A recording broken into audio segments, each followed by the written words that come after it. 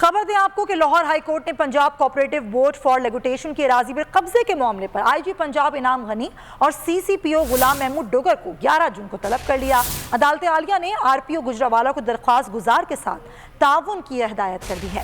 Police افسران نے سرکاری اراضی کا قبضہ واگزار کرانے کی یقین دہانی کرا دی۔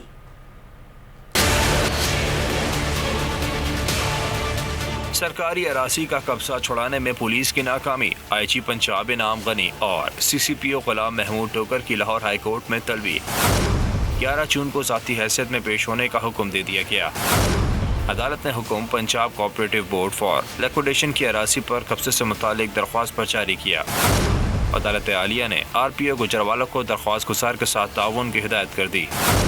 پولیس افسران نے سرکاری اراضی کا قبضہ واگزار کروانے کی یقین دہانی کرا دی۔ جسٹس مسعود عابد نقوی نے ریمارکس دیے، آئی جی پنجاب کو ڈی آئی جی کی سطح کا افسر فوکل پرسن مقرر کرنا چاہیے۔ شکایت کی صورت میں فوکل پرسن جواب دہ ہونا چاہیے۔